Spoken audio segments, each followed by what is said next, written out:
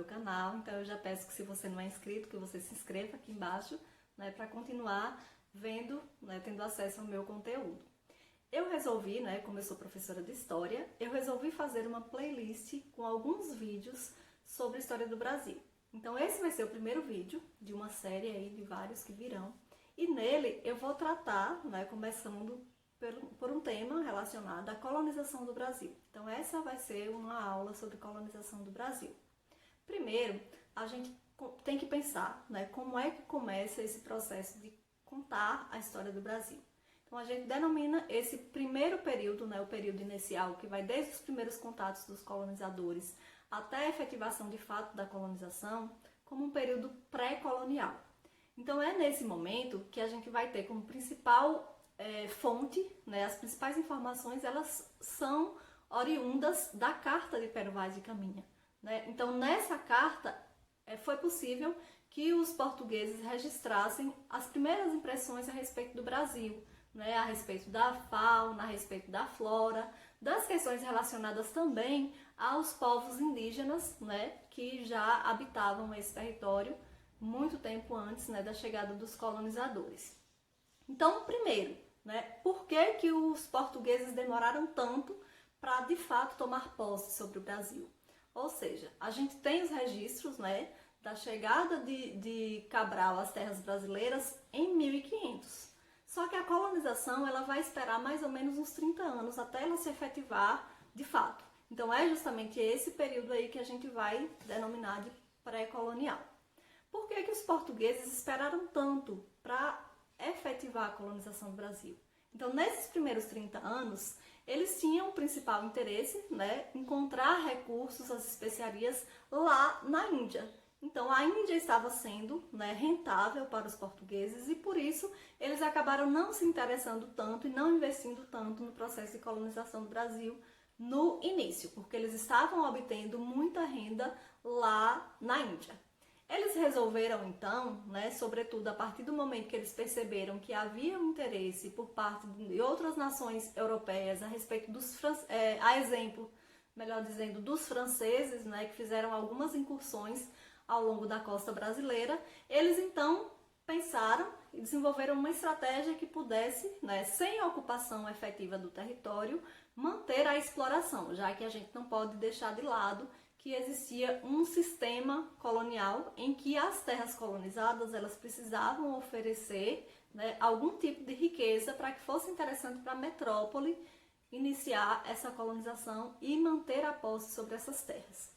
Com isso, os portugueses acabaram encontrando, né, percebendo que eles poderiam coletar o pau-brasil, né, que era uma madeira, né, que possibilitava tanto a utilização da tinta, obtida a partir da própria madeira, né, que era uma tinta avermelhada, que podia ser utilizada na indústria têxtil, né, para tingir esses tecidos, e a madeira também ela tinha um certo valor econômico lá na Europa para a fabricação de móveis também.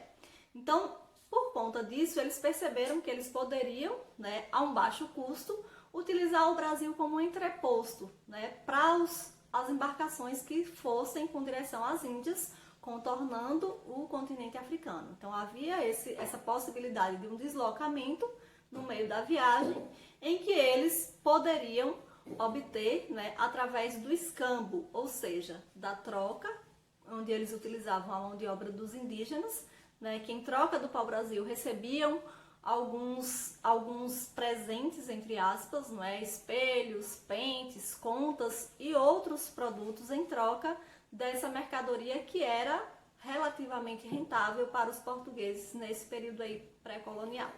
Então só foi necessário a organização do que a gente chama de feitorias, né, que eram algumas construções onde eles utilizavam para fazer essa comercialização, esse escambo do pau-brasil, né, para até armazenar esse pau-brasil enquanto as embarcações não chegavam para levar essa mercadoria.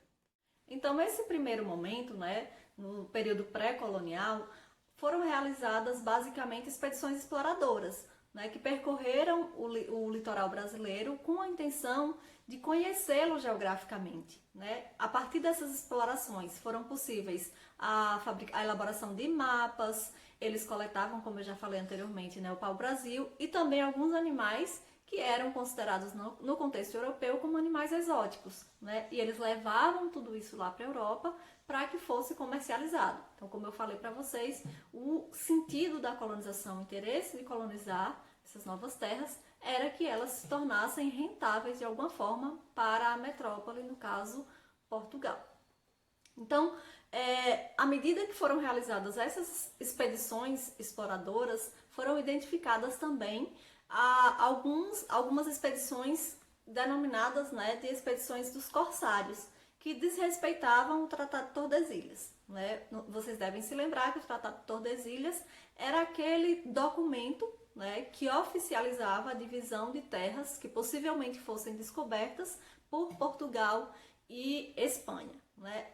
Esse Tratado de Tordesilhas delimitava ali inicialmente aquela linha que dividia as terras, né, que pertenciam a Portugal e a Espanha, né? Uma delimitação vertical. Então, nessas expedições exploradoras, os portugueses perceberam, né, que havia ameaça de ocupação do território brasileiro por outras nações, né, a exemplo de franceses, de holandeses e de ingleses, que também se interessavam, né, em explorar de alguma forma essas novas terras. Outra questão que é de suma importância nesse contexto aí de colonização do Brasil é um conceito que os antropólogos denominaram de etnocentrismo.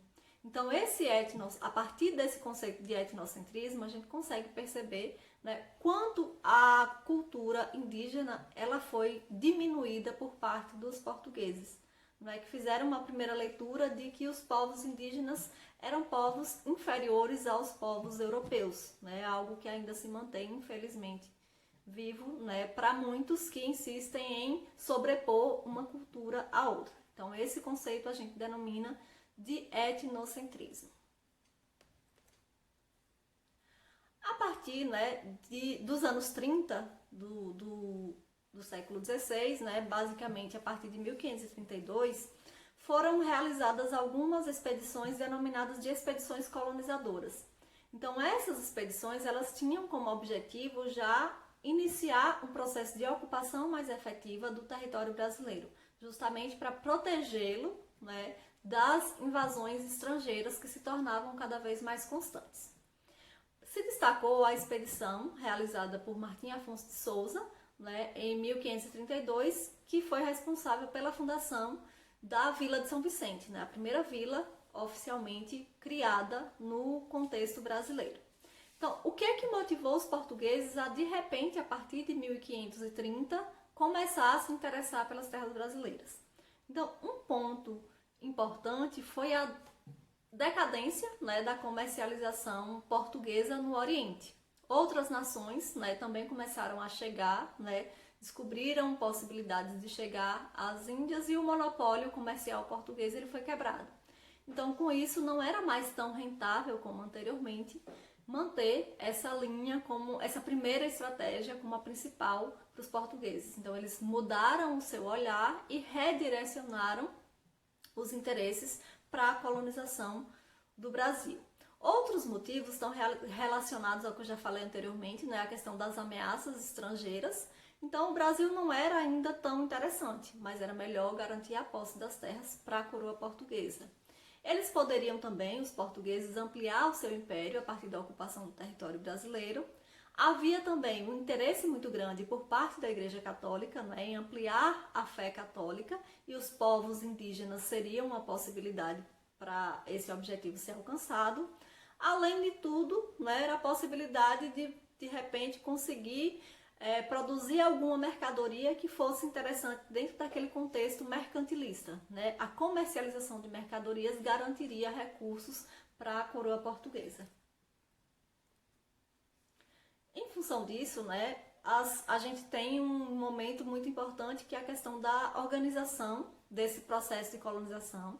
Inicialmente foi feito, né, foi efetivado a partir do sistema de capitanias hereditárias.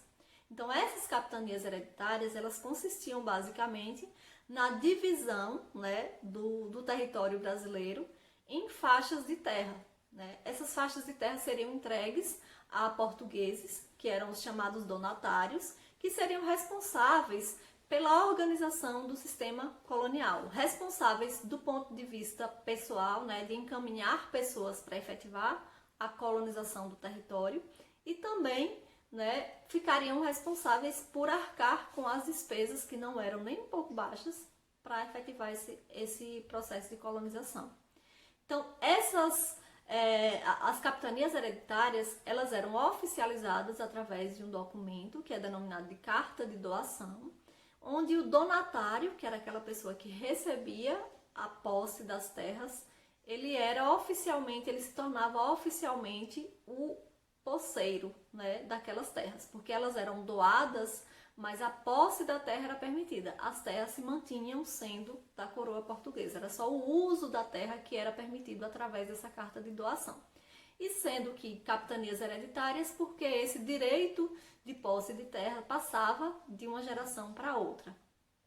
Esse donatário, ele poderia também, né, ficar responsável por distribuir partes da sua capitania a outros proprietários, para que da mesma forma, né, viessem a ocupar as terras brasileiras e investissem também na implantação, sobretudo naquele contexto, né, dos engenhos para a produção de açúcar. Então, dessa forma, o donatário poderia doar porções menores da sua propriedade, que eram chamadas de sesmarias. Então, temos aqui alguns conceitos importantes, né, a carta de doação, o conceito de sesmarias e também os forais, que eram uma espécie de documento onde haviam lá descritos os direitos e os deveres do donatário com relação à capitania, ao uso da sua capitania, na ocupação.